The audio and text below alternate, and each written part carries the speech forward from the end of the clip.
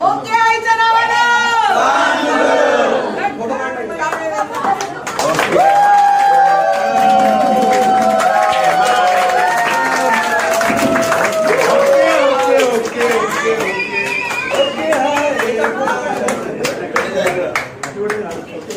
काली Delhi production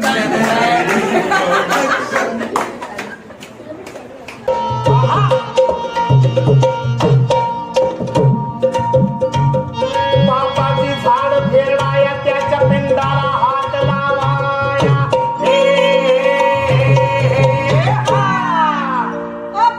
बोला की नाटकाला सुरुवात केली होय, होय. पण या नाटकात कोण कोण काय करणी करणार आहे त्याचा जरा परिचय करून त्याची पाहुण्या असं होय हा. करतो की करा. काली बिल्ली प्रोडक्शन हा. आणि मंडळी भूमिका थिएटरच्या संगतीनं सहर्ष सादर करीत आहे मोठे हाय एकदम अरे वा. आणि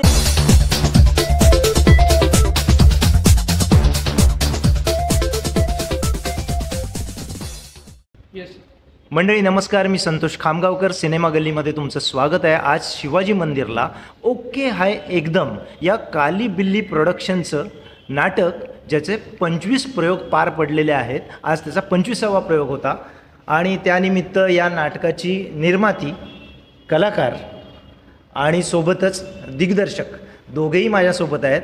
दिग्दर्शक गणेश पंडित आणि निर्माती आणि कलाकार सावित्री मेधातुल. आपण विचारणार आहोत त्यांना आज 25व्या प्रयोगानंतर काय वाटतंय, काय फिलिंग्स आहेत.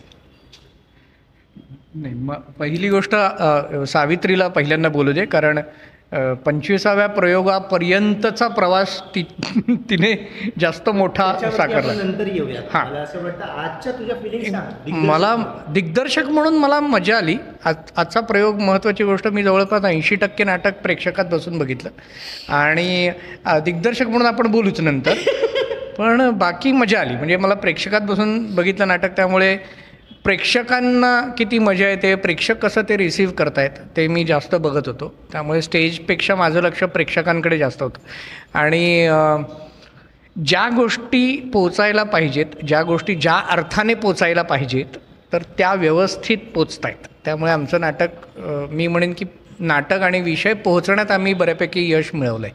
ओके. मला असं वाटतं याच्यापेक्षा वेगळं उत्तर काही असणार आहे का तुझं?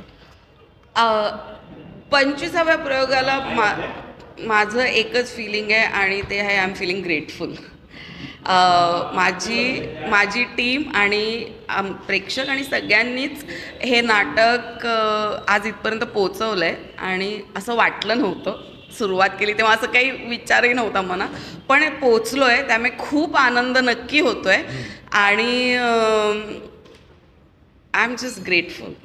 बरं, या नाटकाचा विषय खूप वेगळा आहे, चाकोरीच्या बाहेरचा आहे. हा एक वैशिष्ट्य. दुसरं वैशिष्ट्य हे की तुम्ही तमाशातले कलाकार तुमच्यासोबत सहभागी करून घेतलेत या नाटकामध्ये. हा विषय का करावासा वाटला हे आमच्या सिनेमा गल्लीला जाणून घ्यायचं आहे. सो गेली ऑलमोस्ट 17-18 वर्ष मी लावणी आणि तमाशा कलावंतांबरोबर काम करते आहे. मी रिसर्च करते आहे आणि त्यांच्याबरोबर वेगवेगळे कोलॅबरेशनमध्ये वेगवेगळे प्रोजेक्ट्स करत आहे. संगीत बारी, लावण्यवती अशी नाटकं मी लावणी कलावंतांबरोबर केलेली आहे आणि करोनाच्याही दरम्यान माझं त्यांच्याशी सतत कॉन्टॅक्टमध्ये होते. मी त्यांच्यासाठी काही मदत ऑर्गनाईज करणे वगैरे अशा सगळ्यातनं माझं म्हणजे कॉन्टॅक्टमध्ये होते मी त्यांच्या. आणि हे सगळं बघत असताना खूप काही गोष्टी मला कळल्या, खूप गोष्टी डोळ्यासमोर आल्या आणि आपणही सगळेजण करोना असताना एक खूप वेगळ्या अनुभवातनं गेलो. आणि मला असं वाटतं की आर्ट्स म्हणजे कला ही ह्याच्यात एक हीलिंग पॉवर आहे आणि ही लोकांनी गोष्टी झालेल्या विसरण्याऐवजी त्या झालेल्या गोष्टी ॲक्नॉलेज करून त्याच्यावर विचार करून त्याच्यावर एक्सप्रेस व्हावं, हे एक प्रोसेस ऑफ हीलिंग आहे. आणि असं काहीतरी करता यावं की आपण ज्या काही अनुभवातनं गेलो त्याला आपण कसं रिस्पॉन्ड करणार, हा विचार सतत मनात येत होता. आणि त्यातनं असं वाटलं की मी थिएटर करते, मी एक ॲक्ट्रेस आहे, सो माझा रिस्पॉन्स हा माझ्या फॉर्म आणि माझ्या माझी हीच भाषा आहे आणि ह्यातनंच येऊ शकतो आणि म्हणून हे नाटक करावं असं वाटलं. ह्याला मला एडिनब्रो फ्रिंज फेस्टिवल, हे जे स्कॉटलंडमध्ये इंटरनॅशनल फेस्टिवल होतं, त्याची फेलोशिप मिळाली.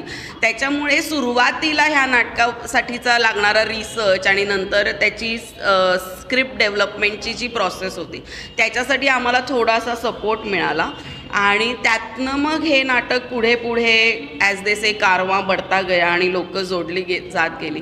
आणि असं आहे की म्हणून म्हटलं की हे एक रिस्पॉन्स आहे की काही गोष्टी आहेत ज्या नुसत्याच विसरून उपयोग नाही, त्या आपण प्रोसेस केल्या पाहिजेत आणि पुढे जायला पाहिजे आणि तो रिस्पॉन्स, ती प्रोसेस म्हणून हे नाटक केलं आहे. खरं तर पुढचा एक प्रश्न जो आहे तो खरं तर गणेश मला हिला विचारायला पाहिजे, पण तुलाच तो विचारतो. तू दिवसेंदिवस हिंदीमध्ये एवढा बिझी होत असताना, चित्रपटांकडे तू गेलेला असताना, जवळजवळ 7-8 वर्षांनी सावित्रीला का बरं वाटलं असेल की यांनी दिग्दर्शक म्हणून हे नाटक करावं?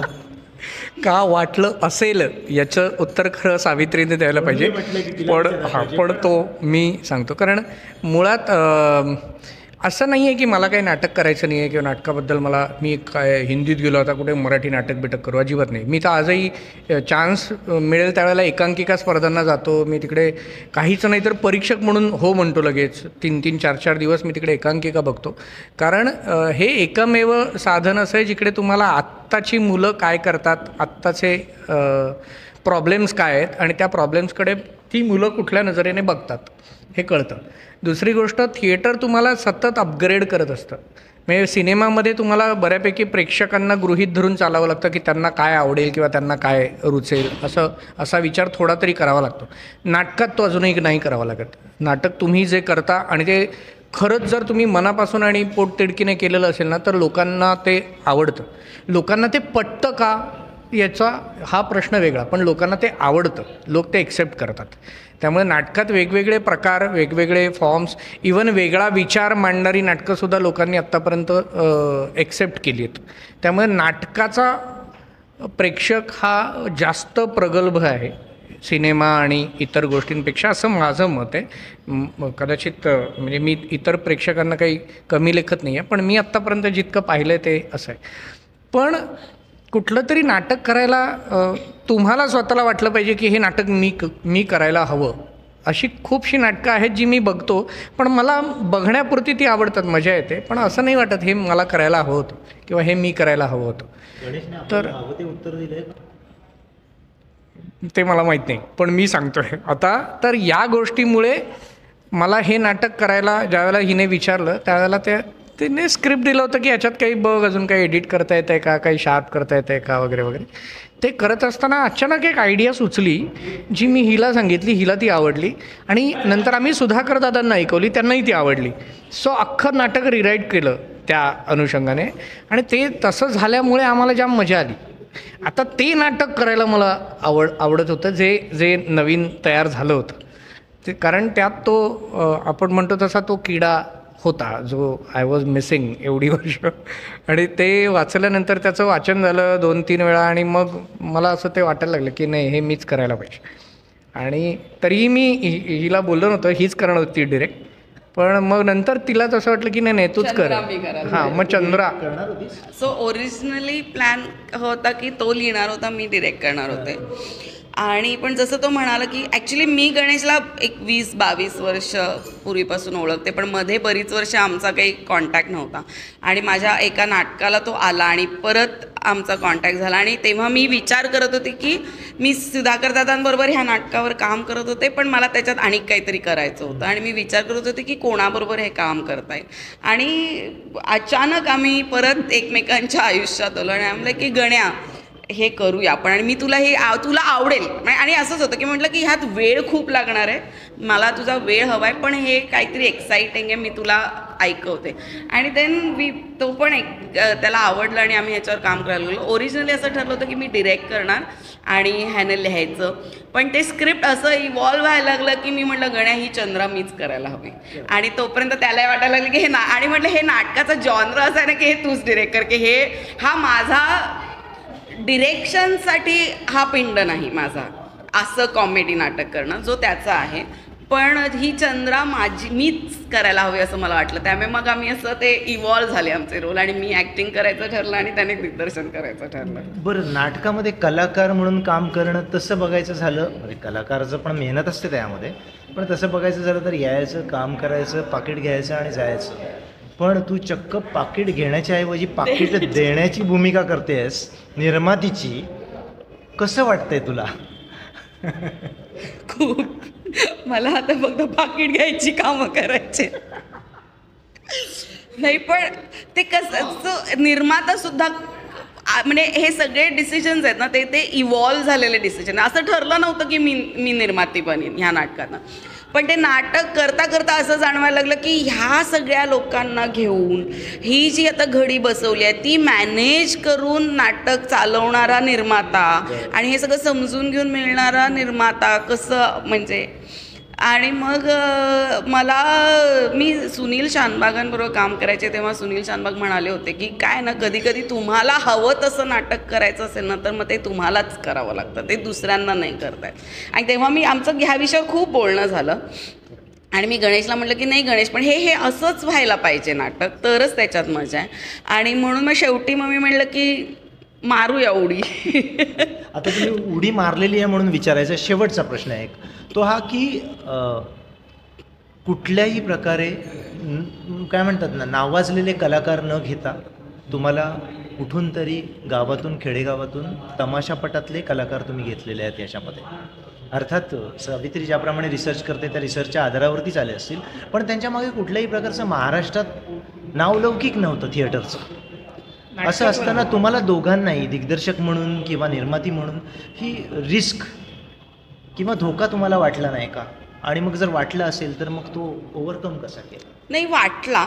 आणि मला सांगण्यातही आलं की तू प्रोड्युसर आहेस, एक तरी नोन फेस असला पाहिजे नाटकात, नाही तर नाटक चालत नाही, हे सगळं सांगण्यात आलं. पण कसं आहे ना की तुम्ही जेव्हा ओके हा एकदम सारखं नाटक करता तेव्हा एक काहीतरी वैचारिक, एक काहीतरी पॉलिटिकल भूमिका असते त्याच्यात, आणि तुम्ही एका प्रकारच्या लोकांचं रेप्रेझेंटेशन करताय, आणि मग त्या लोकांची गोष्ट घ्यायची आणि मुंबईतल्या भटाब्राह्मणांनी ते नाटक करायचं, हे काही म्हणजे आमच्या तत्वात बसणारं नव्हतं. आणि इन्क्लुजन आणि हे शेअरिंग ऑफ द स्पेस व्हायलाच पाहिजे ना, की मग इथं आम्हीच नाटक करणार, बाकी दुनियाभरच्या गोष्टी घेणार, पण ज्ञान आम्हीच पाजणार असं नाही ना. ती आज ओके आहे एकदमला ती व्हॅल्यू आहे, कारण तिथे सुधाकर दादा आणि सीमाताई पण त्याच स्टेजवर आहे ज्या स्टेजवर वैभव आणि सावित्री आहे, आणि म्हणून त्याला एक वेगळं महत्त्व आहे, म्हणून त्याला एक वेगळी व्हॅल्यू आहे.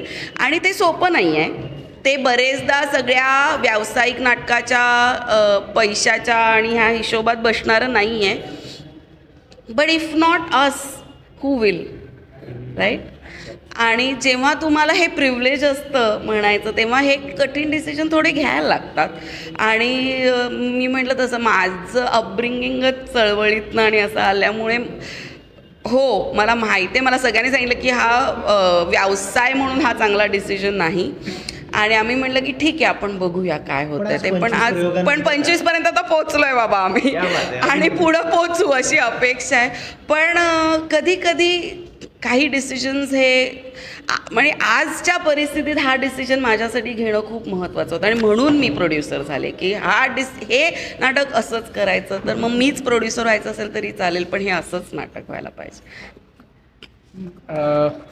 मुळात सगळ्यात महत्त्वाची गोष्ट हे नाटक आवडणारा आणि ते कळणारा नट असावा, इतकीच अपेक्षा आहे. प्रत्येक नाटकात ॲक्च्युली तेवढीच असते की तुम्हाला ते नाटक आवडतं आहे का जे तुम्ही करताय, आणि ते तुम्हाला कळलं आहे का.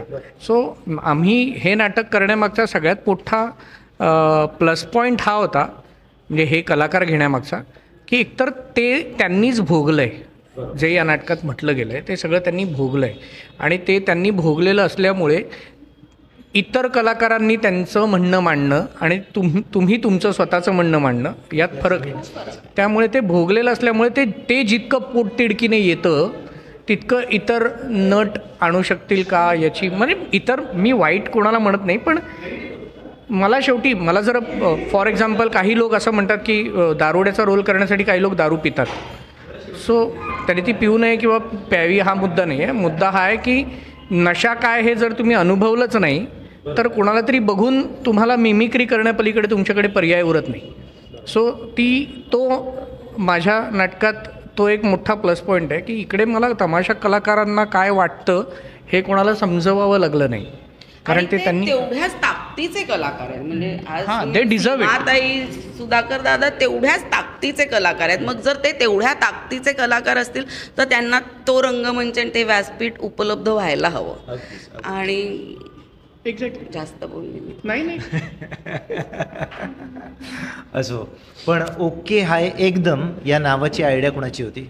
वैभव, ते ओके. वैभव सातपुतेंनी सांगितलेलं ना. आणि 25व्या प्रयोगापर्यंत सगळं काय ओके हाय. काय? एकदम. अगदी ओके, तेव्हा तुम्हाला दोघांना पण आणि खास करून काली बिल्ली प्रोडक्शनला ओके हाय एकदमच्या 25 प्रयोगांसाठी खूप खूप शुभेच्छा आहेत. तुमचं खूप खूप अभिनंदन आहे. Thank you thanks.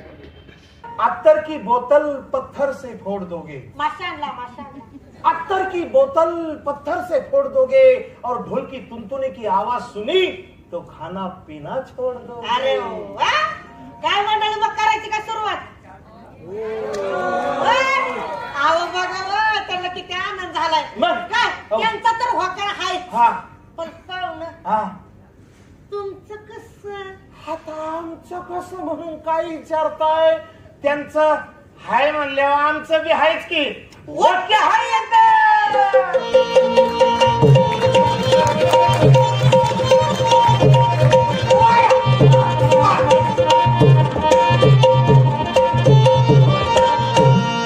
राज्य दोन पण एक कहाणी. एकच होत राज्य एकाची राणी, एक तमाशा एक लावणी, कडाडली कथा ही ढोलकी वाणी ढोलकी वाणी.